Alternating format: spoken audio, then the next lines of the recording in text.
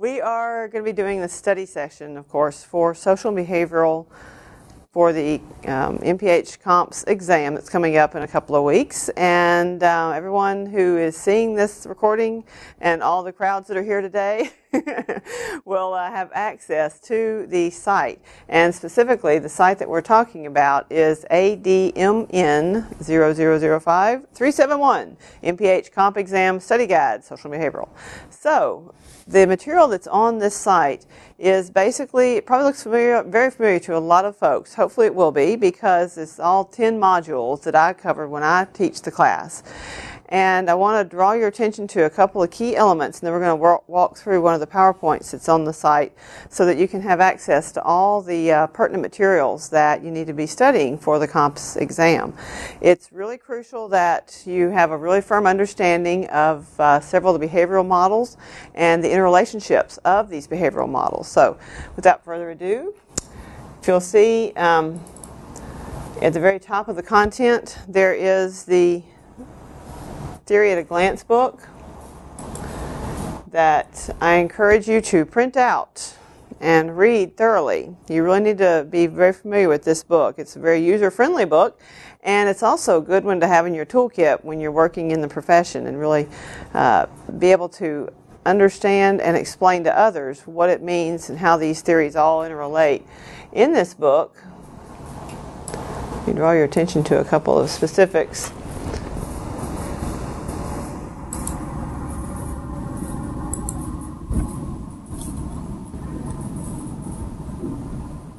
There are certain elements that are also crucial regarding program planning, and toward the back of the book, page 41 and up, there is very important information that relates to the impact of planning and the relationship of models and how those interrelate to the planning process, the implementation of programs, and the evaluation of programs. And they all need to overlay with the theory as a superstructure. Basically what you're looking at is the concept of theories as being analogous to an architectural blueprint.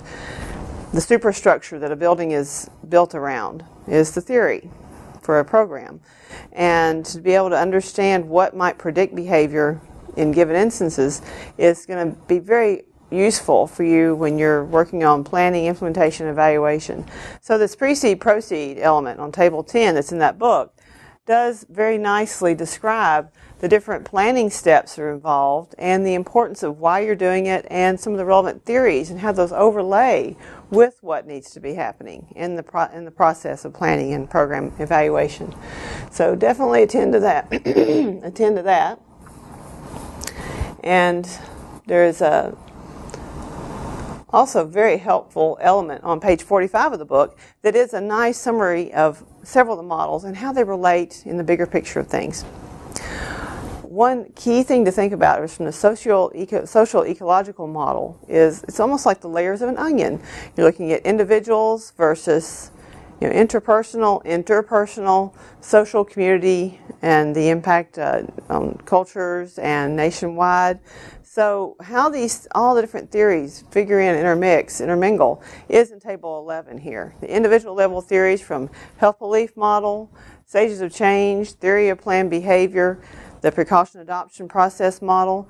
The different elements that are the focus areas for each of these theories is noted here, and some of the key concepts are also very helpful to use as a study guide.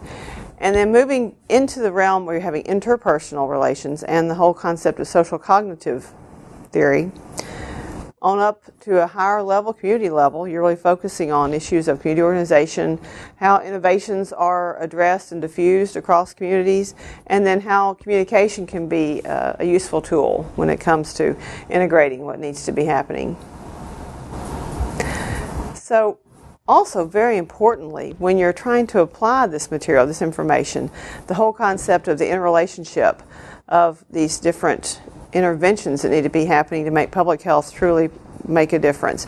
And the issue of environmental change overlaying individual behavior choices and how these things do intermingle.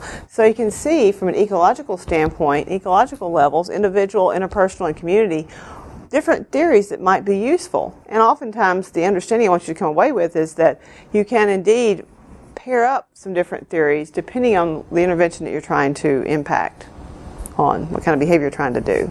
So definitely become very familiar with that particular element. There's also, toward the bottom of the list, there's a study guide that is replete with lots of questions that will help you find important answers to these different elements of the models. The questions don't have answers in there, and there's a reason for that. I want you to be able to find the answers and work through those. They are very much useful for helping to understand the interrelationships and some of the nuances, but also to help you really drill down and understand what these different theories are all about. So definitely take the time to work through those study guides. And don't hesitate to email me if you have any questions. Again, my email is Slawson, Slawson, at ETSU.edu. So you can just get in touch with me there. And what we're going to do next is, let's see, get this going here. Look through a slide set. This is in Module 10. It's under Evaluation Research. In Module 10, Applying Theory to Behavior slides by Murphy. And the reason I put these in here, and I want to recap these now, is because they're a nice summary of several things, several different theories and how they all interrelate.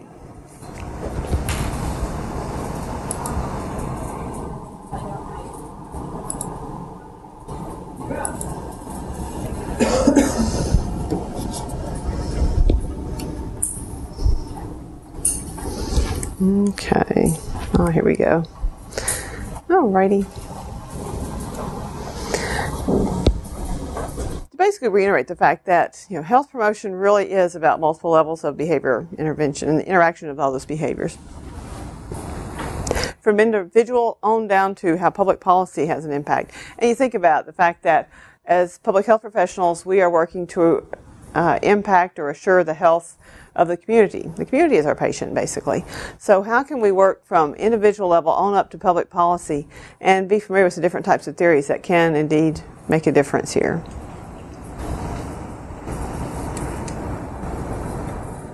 It's not working.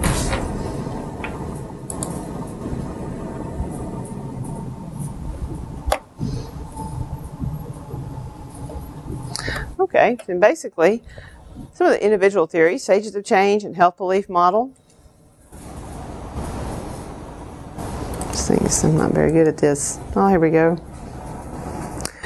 Stages of change model, where the concept of making the decisional balance happen and the issue of the change that may occur in behavior is indeed a process.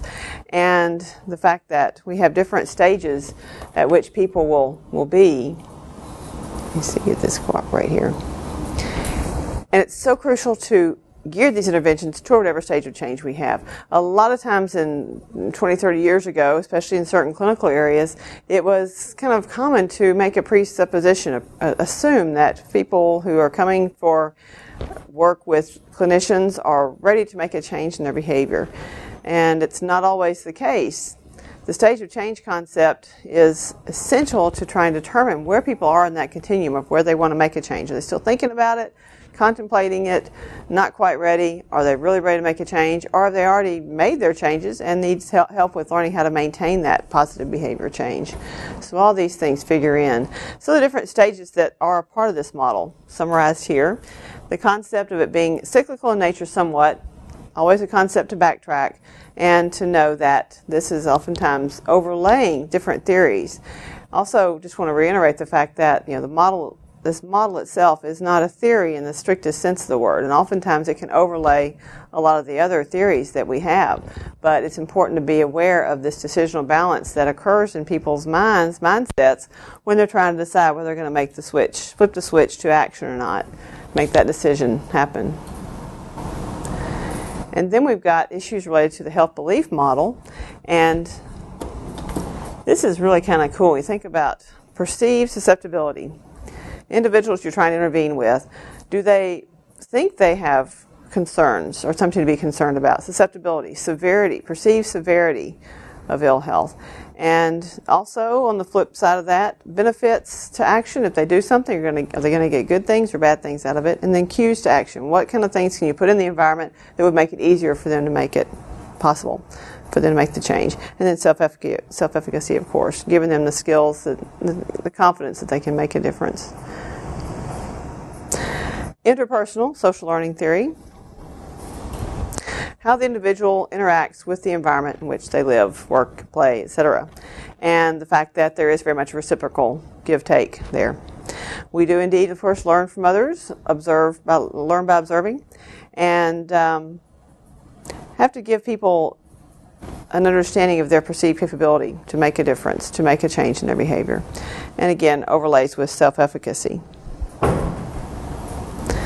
Different tips and tricks for improving self-efficacy here, looking at goal setting and the importance of how to give people the tools to make these behavioral contracts with themselves, and the impact of self-monitoring to make those changes real and lasting.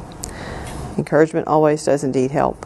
And then, of course, community level models, looking at how social systems work together in the complex nature that is human nature, communities, organizations, and then these different types of theories here, community mobilization and so on and so forth.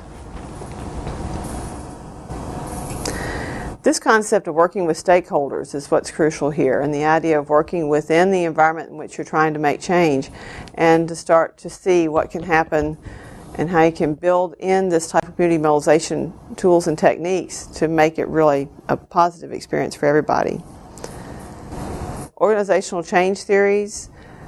What's cool about this is it's a matter of, depending on what organization you're looking at, whether it's a community, whether it's a workplace, these things can really make a difference. If you work with the people that you're involved with, the stakeholders need to be engaged.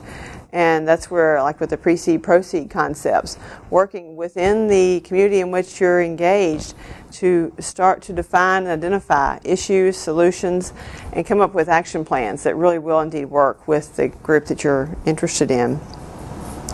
This next, the final concept here, institutionalization, focuses a lot on the concept of change that has become the norm, and it becomes an expectation that change is indeed, this is the way things are. It's no longer a change, it's just the way things are. And a couple examples there. We have a couple of local organizations, the City of Johnson City, for instance, and Eastman Chemical, that actually have incorporated wellness policies within their whole existence, and have made changes in the way of opportunities for education, opportunities for interaction, and even changing the structure on the amount of money that people have to pay for insurance, so that all kind of becomes endemic to the way things are working there. So this whole concept of the organizational development theory, where we can change the organizational structures, make that the norm, institutionalize that, with the hope that it will indeed modify and improve choices for the people that are in that organization. And there's been a lot of really interesting research that's shown that really this does bear out time and again. The fusion of innovations looks at whenever an idea, a new idea, and this is a lot of times focused on technology and technology driven, but yeah, there's some correlates when you think about different public health issues as well. How innovations are introduced and how they transition through a community is what's intriguing here. So we think about the nature of change, the nature of innovation,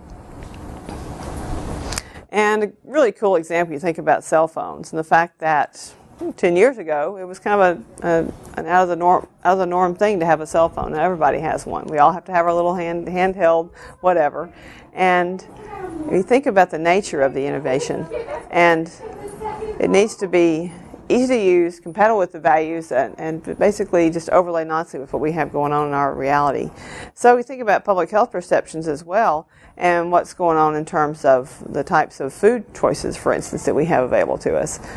And if you think of it from that perspective, the integration of fast food restaurants throughout our society now, even on a global level. And think about when that became a norm. It's interesting to consider. and the impact of these different elements, including communication channels, on the speed of innovation change, of innovation adoption, and change of behavior. Mass media is a really crucial piece. Interactions with peers, and then perceptions of what respected leaders have to say about the issue relates to how quickly things are adopted. This concept of movement through groups, where we have people that are leading the charge, making the change initially, pioneers, then the early adopters, and then the masses come on and make it just part of what the new social system is. Within the social system, it's crucial for us to identify these networks that will make it possible. One similar example in public health, we recently just submitted a proposal for research on Hispanic populations in the Tri-Cities area, and we're going to be doing some social network analysis to try and determine what their social network is, to identify those influential networks, so we can kind of get a feel for what are the best things in terms of social outlets, in terms of media, in terms of opinion leaders that people really want to be in line with. All these things we have to become familiar with. So this concept of being aware of the social system is crucial. So issues related to health promotion, some different tools that you need to be familiar and conversant with, these concepts of different elements of media marketing, how we can actually work to mobilize communities and be familiar with the communities themselves. Policy communication, all crucial. And just a really cool example, a few years ago, of course, in Uganda, issues that relate to combating HIV and AIDS in that population, and the way that the government and NGOs in that region were able to make some true and substantive changes based on this multi-sectoral response. Decentralized behavior change campaigns, really focusing on issues that were pertinent to the population. So some of the key lessons learned here, we look at what kind of things are really essential. And these are some of the cool lessons learned that you need to be familiar with, and as you look towards your working in the professional realm and in research with public health, looking at how to identify underlying causes. Context is key, and what kind of stakeholders you need to be aware of and involved with, and then how to effectively plan, implement, and evaluate programs is what's so crucial. So just some quick tips about conclusion there. So basically that is, in a nutshell, what's the most important elements you need to be studying for this exam, for this comps. So questions? What do you think, Rachel? Do you have any questions? I don't think so. So it sounds like it's sort of like the nuts and bolts of the theory. What we need to know more so than the applications in particular context. Well, no, it's just some applications as well. But yeah, you need to know the nuts and bolts, but also applications. Yeah. Because I remember we talked a lot about about learning styles and how to adapt your approach to adult learners and their different styles, and how to apply it in Appalachian setting and different rural settings. Yeah. So the application is a key piece, definitely. Yeah. Don't want you to go away with that notion that it's not, because it is very much so. Yeah. Okay. All right. Well, thanks for coming. Appreciate it.